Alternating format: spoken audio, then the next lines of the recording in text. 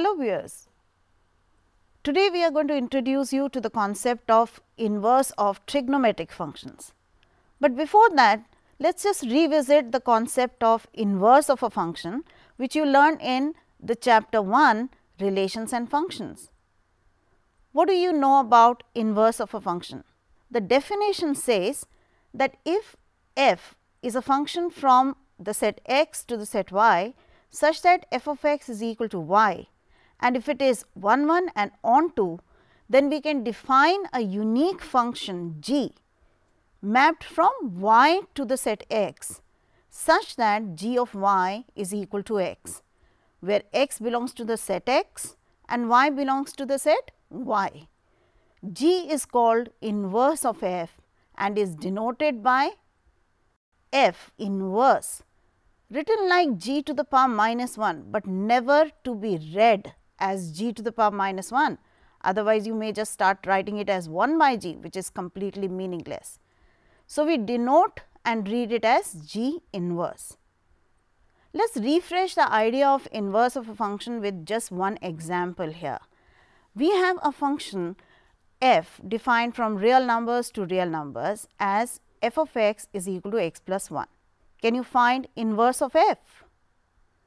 Before we start thinking about inverse of f, what are the two things that you need to look out for?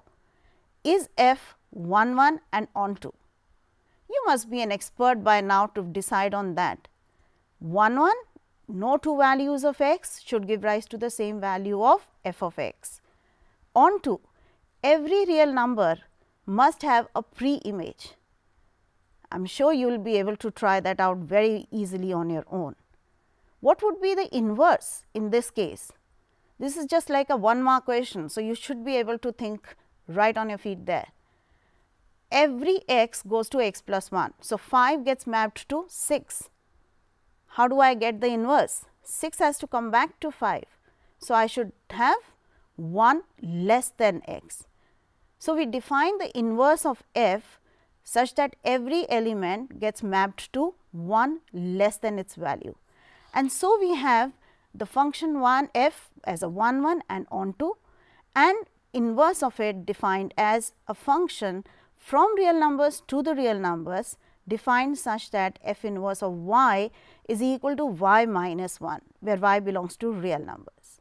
Now, y is used here only as a symbol. It is not necessary that you use y thinking that there is a set y on which the mapping has been done. Y can easily be replaced by an x. So, you can always say f inverse of x is equal to x minus 1, where x will belong to again real numbers, the domain of the function f inverse. That is more important than anything else. Now, what exactly does it mean by all this that we have done and learned in the earlier chapter?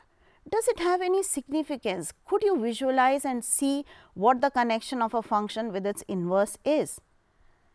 Every time I take 5, it gets mapped to 6 through f. Inverse brings 6 back to 5.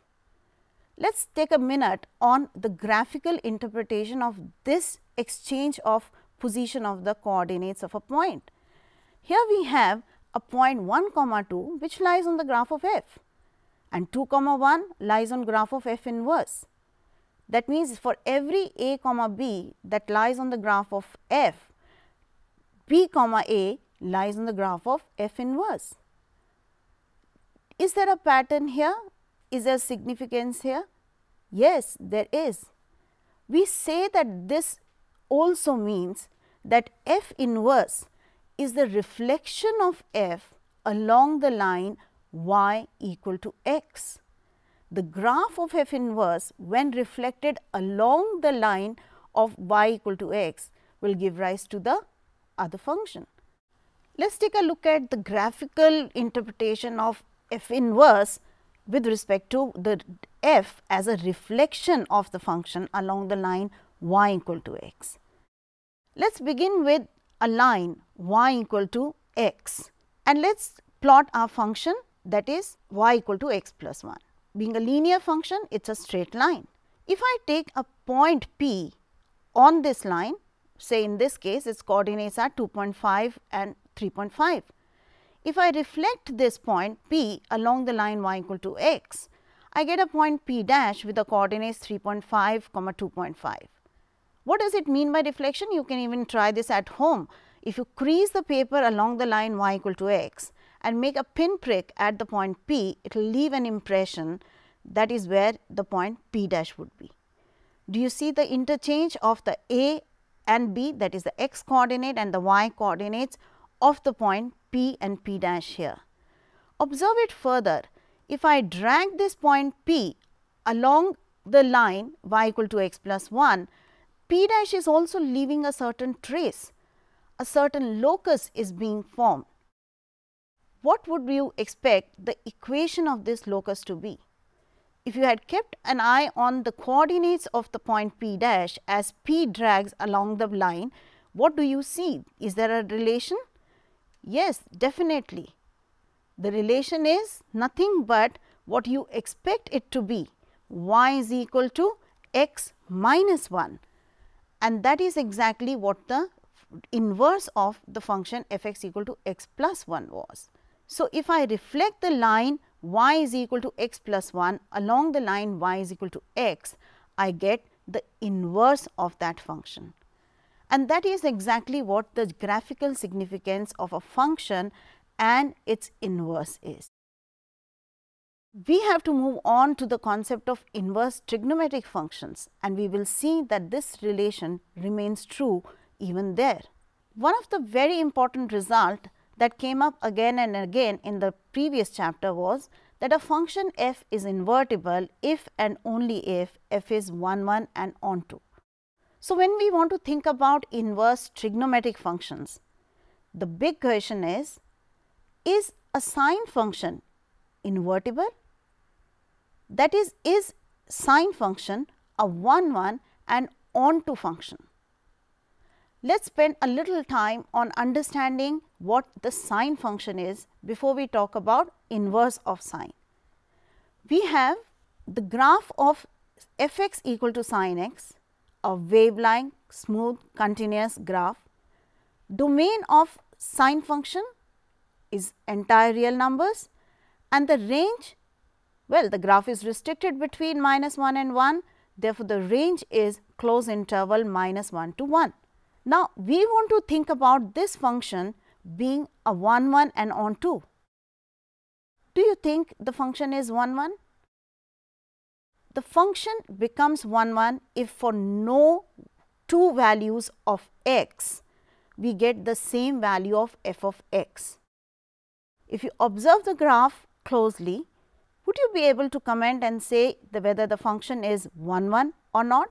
Well, very obviously no, because there are so many values along the x axis at which sine of x becomes 0, isn't it? So, the function is very clearly not a 1, 1 function.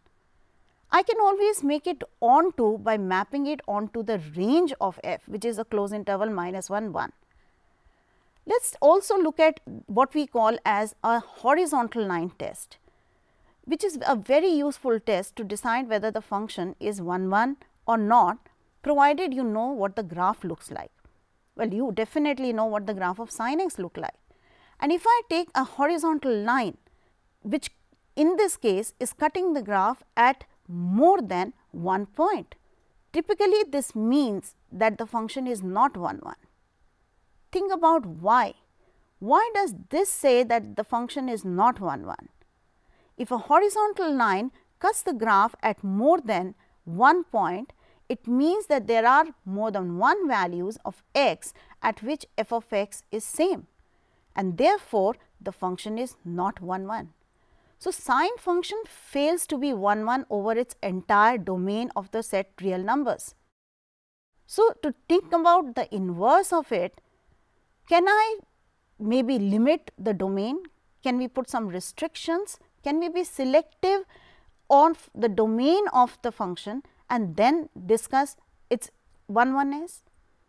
If you look at this graph closely, can you identify the sub intervals of the real line over which the function is 1, 1? That is, look for that piece of the function which is cut by the horizontal line only once, and I want it to be onto. So, I want all values from -1 to 1 covered in that. I am sure you are coming up with many answers, and yes, there is no unique answer to this. You can have several intervals over which the function is 1 1 and onto. As you can see in this graph with the different colors, you can see a -3 pi by 2 to pi minus pi by 2, minus pi by 2 to pi by 2, pi by 2 to 3 pi by 2, 3 pi by 2 to 5 pi by 2. These are all sub intervals of the real numbers over which the function is not only 1 1, it is onto as well. And that is where we are now ready to define inverse of the trigonometric function and especially of the sine. And so, now over these sub intervals, we are able to see the sine function to be 1 1 and onto. Sine defined from minus pi by 2 to the closed interval minus 1 1, or pi by 2 3 pi by 2 to minus 1 1, or any other sub interval that you identified over which the function is 1 1 and onto, has an inverse defined. So, we define inverse of sine function as sine inverse mapped from closed interval minus 1 1 to the closed interval minus pi by 2 to pi by 2, as sine inverse of x is y if y is equal to sine x. This branch is called the principal value branch.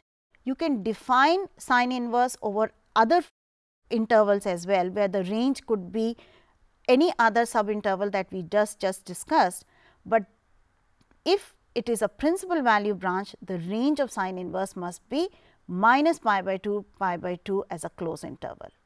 Let us take a look at the graph of sine inverse as reflection of sine along the line y equal to x.